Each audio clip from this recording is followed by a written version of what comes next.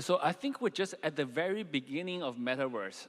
We have this word called metaverse, but we don't really have we have a few implementations that are somewhat good, but I think we're still at very early stages. Especially like when you talk about healthcare, right? You can imagine like there's so many things that you can, there's a few different levels of metaverses you can do with healthcare. Number one is remote consultation, right? You can talk to somebody like in high fidelity. For example, if you have a bruise on your arm, they should be able to look at it and say, what kind of bruise it is. If you have, I don't know, some allergy or some condition, they can look at it, they can remote diagnose. If you think about it a little bit further, you could actually use the metaverse to do even surgery remotely, right? So for example, you have to perform any type of surgery inside your body. That could be a metaverse that's inside your body that they can produce they can do the operations on. So yeah, it has very interesting applications in real world applications that life-saving applications. So all of this is possible. We don't have it today, so it remains to be built. That's the opportunity. It may be too early to do that right away. We may have to wait for the metaverse technology to mature a bit more, but the possibilities are all there. So I think today, just the very, very beginning. This is why I'm always bullish about this industry, is there's so much that have not been built yet. We're just at the very, very beginning. Yeah. So it's not about predicting what the future looks like, but fundamentally larger direction we can see. This is a better technology for money. It has no inflation, or very no, and sometimes it's actually mostly deflationary. It's cheaper to transact, it's faster to transact, it's more energy efficient, contrary to many misconceptions. So it has so many advantages.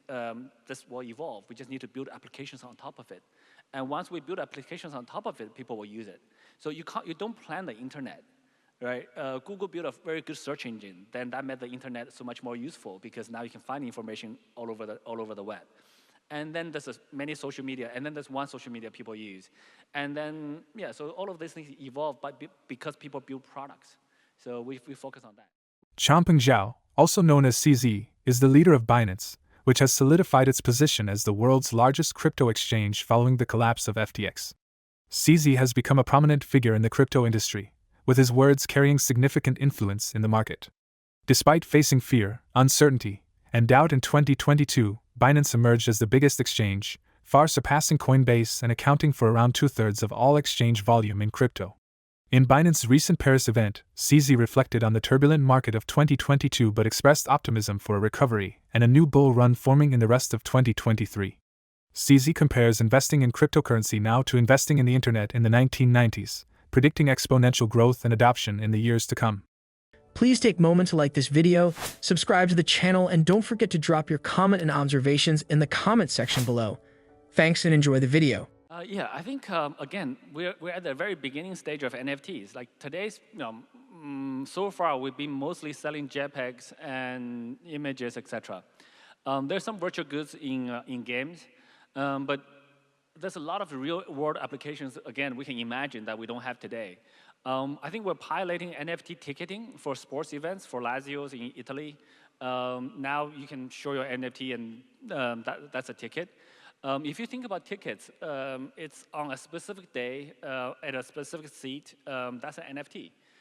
And even after you use it as a ticket, there could still be residual value. Like if it's a ticket used by some famous person, people may want to collect it. Collection is only one small part. Even also with sports clubs, they have huge problems on, say, merchandise, right? So a famous team here may have fans in other countries, in Asia, or there may be a lot of counterfeit merchandise that the teams don't get the benefit of people buying it. The fans are not supporting the teams when they want to. But what about if you can sell NFTs for those things and have people exchange those NFTs into merchandise? Then you know exactly, you can track that. We've spoken with artists, music artists, singers. They sell concert tickets at $150, and then that resells like 3 times through the what we call scalpers, and then it sells for like $600, $3,000, and guess what? The artist gets $150. When we spoke to them, they say this is like I don't know, I forgot the real number, but they said this is like a $10, $20 billion industry.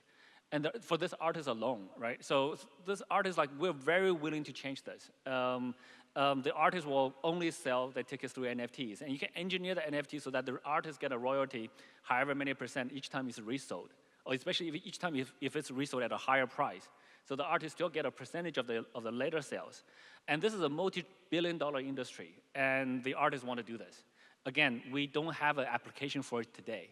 We haven't made it work yet, but it's totally conceivable. There's many, many, many other NFT use cases. I can go on forever, but today, the way I look at it, I look at this industry. It's like in 1990, we had the internet. We can send emails. We can use bulletin boards. I don't know how many of you guys are old enough to remember those.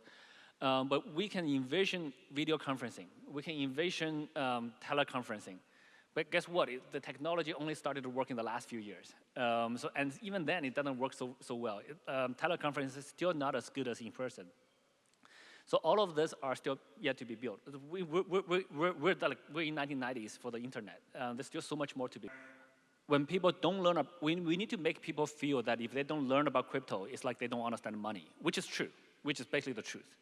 But many people don't realize it yet. So we need to make our products popular enough to get to that point. I actually don't think that's very far away. I think today, global adoption-wise, we're somewhere between 1% to 5%, depending on which number you use to calculate.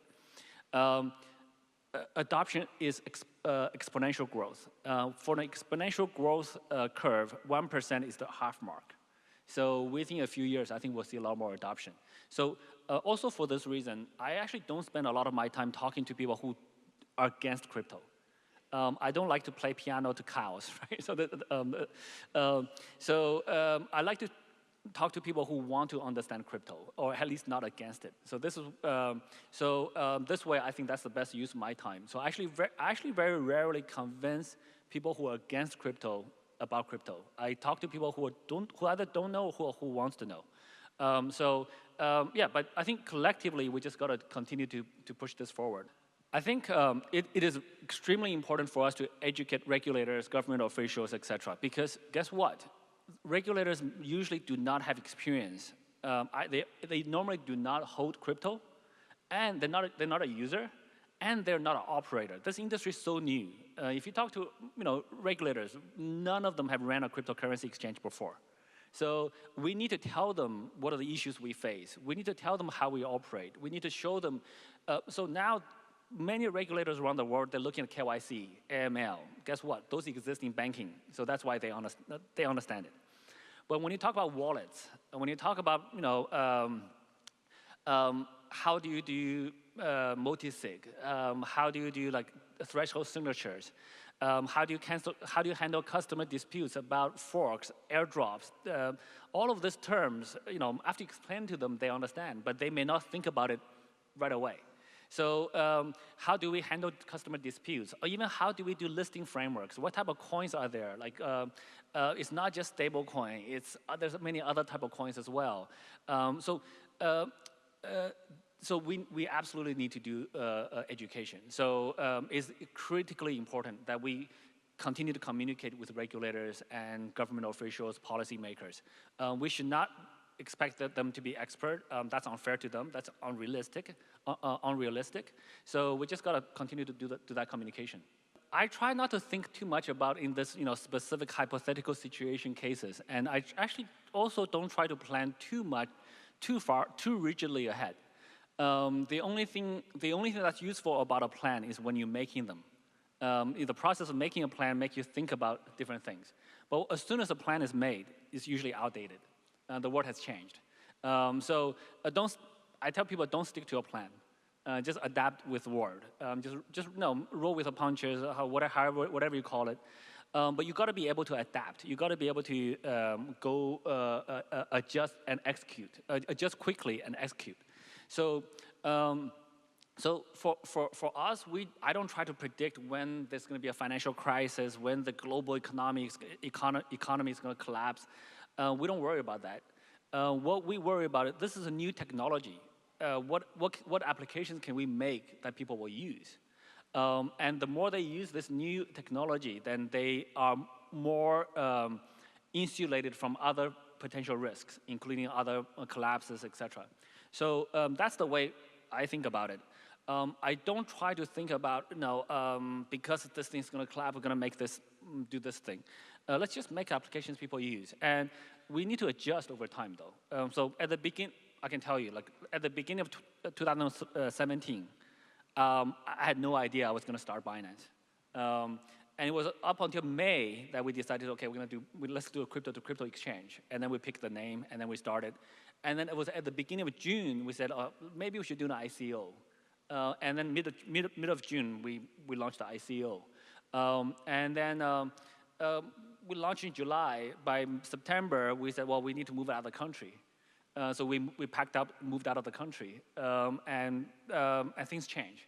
So at the beginning of 2020, I would not have said DeFi would be the next big thing. But by mid 2020, Uniswap is all over the place. And then at the beginning of 2021, I probably would not have said NFTs. By the middle of 2021, the apes and JPEGs were flying all over the place. So but we adjust. But we have an NFT platform. We have a group of developers developing the BNB chain, the Binance Smart Chain that turned into. So we have all of these things that happen fairly organically. But we have the ability to execute quickly when things change. So it's not about predicting what the future looks like, but fundamentally larger direction we can see. This is a better technology for money. It has no inflation, or very little, and sometimes it's actually mostly deflationary. It's cheaper to transact. It's faster to transact. It's more energy efficient, contrary to many misconceptions. So it has so many advantages. This will evolve. We just need to build applications on top of it. And once we build applications on top of it, people will use it.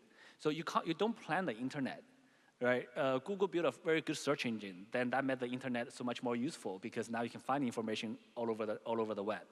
And then there's many social media, and then there's one social media people use. And then, so all of these things evolve because people build products. So we focus on that. For more Daily Dose Crypto news, check out these 2 awesome videos on your screen. Click now and we will see you on the next video.